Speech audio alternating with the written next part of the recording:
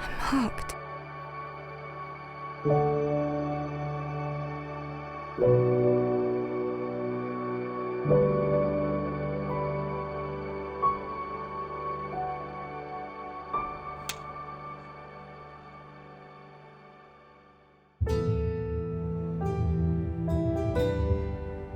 The mark was incredibly key to the entire production.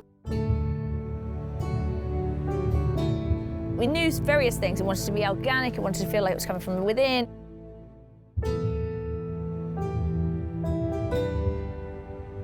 Didn't want to look like it was a scar or anything too disfiguring.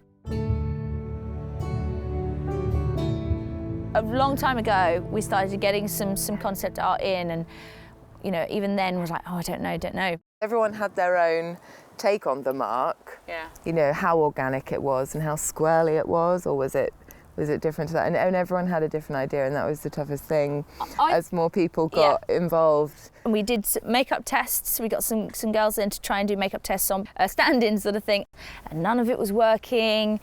And I was kind of panicking because I was like, but it's all about the mark. I know. You can get brushes that's nice shape ones, so it's more controlled. The mark was never really decided until the day of shooting, really. Right, so yeah, there were lots of ideas floating around, and then we kind of tried it many different times with different colours and different makeups.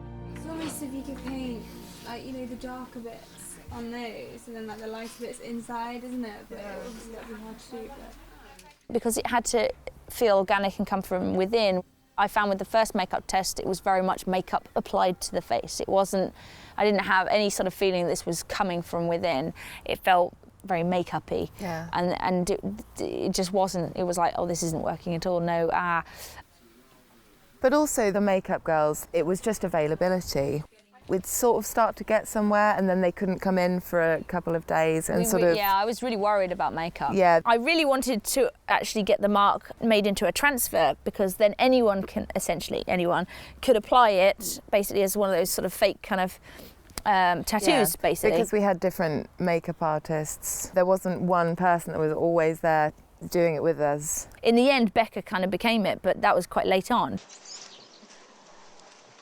Hello, do you want me to go with this, Kate? That's probably enough, yeah, that's plenty. So Michelle got in contact with my tutor at college and asking me whether I was free, whether I'd be interested in coming along and joining the team. At the beginning I was like, I can't do this, I can't, all on my own, no, I can't do this. Just because I had not really much knowledge about being on set. What a way to learn, though. But yeah, being thrown in, it was good. So we were sort of figuring it out. I was doing stuff, Chris was doing some designs, I was doing some stuff.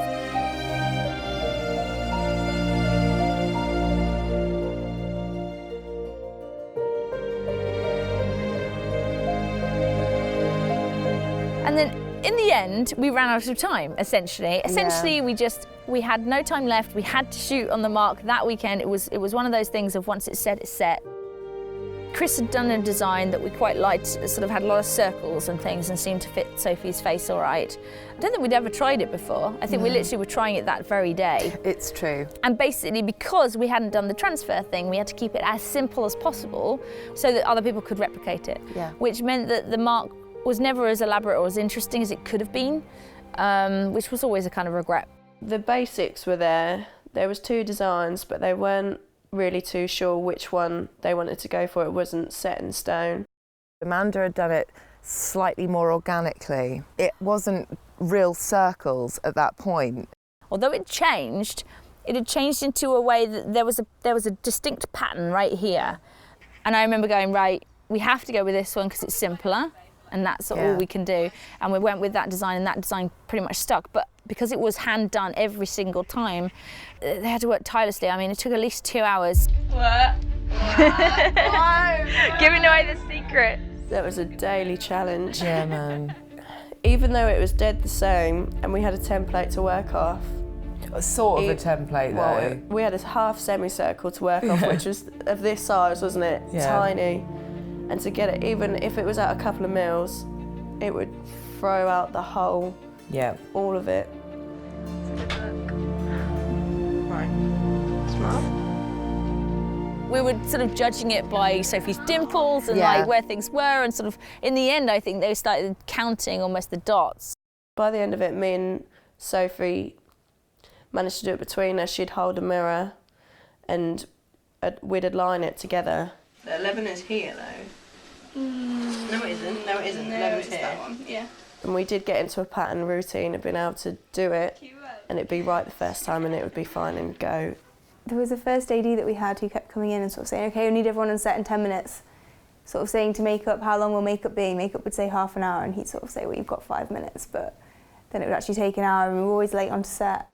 But things like that, with the mark, like you could only go as fast as you could go because rushing it meant you would inevitably do it wrong. And every dot would dictate the next dot, didn't it? I remember sometimes you'd be like, I've just got to put my music on. And we're just going to take it slow, okay? Like She'll be down, yeah, she's down. and she's down, and it'll be fine. Okay. Okay, ready and action.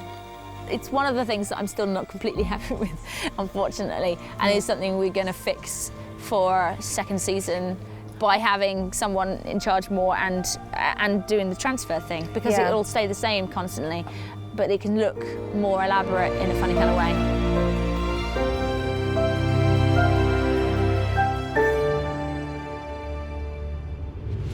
My name's Becca and I was the makeup artist on season 1 of Wren.